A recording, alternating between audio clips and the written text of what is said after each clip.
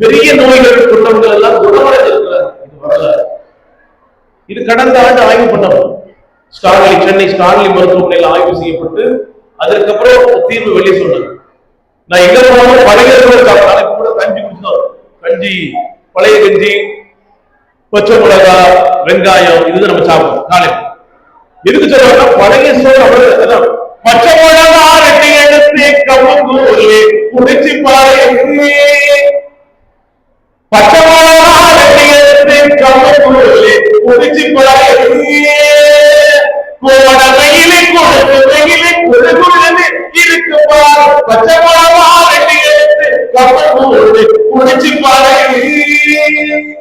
நெஞ்சி வரை வராது, வராது, சக்கரை ஆனா இந்த பல்வேறு பாத்தீங்கன்னா 6000 பரோட்டா கடைகள், 4000 பிரியாணி கடைகள் நம்மள எல்லாத்தையும் அழிச்சுட்டு இருக்கு. பரோட்டாவோ பிரியாணி அரண்நாட்டு சாப்பாடு தமிழர் உணவு கிடையாது. பிளைன் ரைஸ் சைனா கடன் சாப்பாடு தமிழர் உணவு கிடையாது. பானிபூரியும் பானிபூரியும் பாக்கைக்காரன் சாப்பாடு தமிழர் உணவு கிடையாது.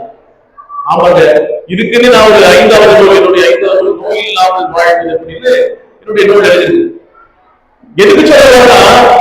மக்கள் கற்றலை செயல்படுத்தும், கற்றலை செயல்படுத்தும், கற்றலை செயல்படுத்தினால வாழ்க்கை வளமாக இருக்கும்.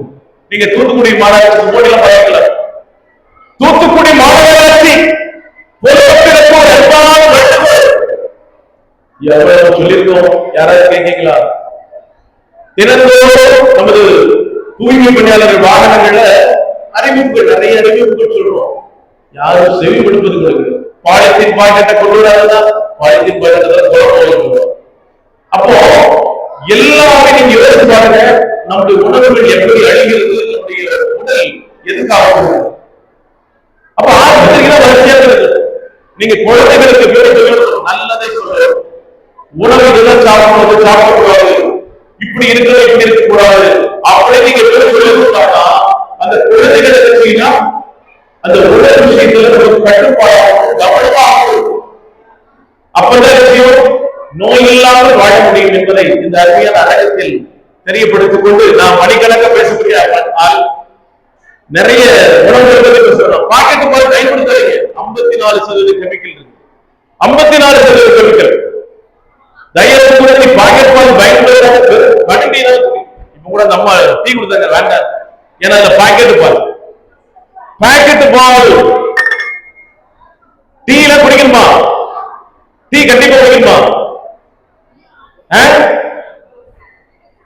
டீ யாரு? வெள்ளக்கார இந்தியாவை ஆள வருகிற பொழுது இந்தியாவில் தேயிலை தோட்டங்களை உருவாக்கிட்டான். அந்த தேயிலை இன்னைக்கு நம்ம அடிமையிட்டோம். டாஸ்மாக் கடைகளுக்கு அடிமையானது டீ கடைகளுக்கு இன்னைக்கு அடிமையிட்டான். அவன் குடிகார, இவன் எந்த குடிகார? புரியுதா உங்களுக்கு? அதாவதுங்க ஒரு சிலர் காலையில டீ குடிச்சாதான் எனக்கு வேலை நடக்கும். டீ குடிச்சா என்னென்ன டீ குடிச்சாரு? நீச்சல் தண்ணி குடி. நீச்சல் தண்ணி அவ்வளவு நீர்த்த தண்ணீர் 18 மணி நேரம் 16 மணி நேரம் தண்ணி குடி, ரொம்ப நல்லது. யாரு சொல்றா? யாரு கேட்கிறா? இன்னைக்கு டீ குடிக்கிறது ஒரு ஃபேஷன் ஆயிடுச்சு. கௌரவம். டீ அடிச்சுட்டு வருவோம், ஒரு டீ அடிச்சுட்டு வருவோம். 10 நிமிஷத்துக்கு டீ. இந்த உடம்பு எடுத்துக்கோ. நான் என்ன சொல்ல வரேன், அதே மாதிரி கடைகள்ல அரிசிகளை வாங்காதீங்க. பூராமே சக்கரை உணவு அரிசி. நீங்க பழைய அரிசிகளை வாங்குங்க. ரேஷன் அரிசி சாப்பிடுங்க, சக்கரை நோயை கட்டுப்படுத்தும். ரேஷன் அரிசி சக்கரை நோயை கட்டுப்படுத்துகிறது. ஆகையால் தயவு கொள்வது நோயில்லாமல் வாழ்வதற்கான வழிமுறைகளை ஒவ்வொருவரும் செய்ய வேண்டும் என்று சொல்லி இந்த அருமையான அரங்கத்தில் தெரியப்படுத்திக் கொண்டு விடைபெறுகிறேன். நன்றி, வணக்கம்.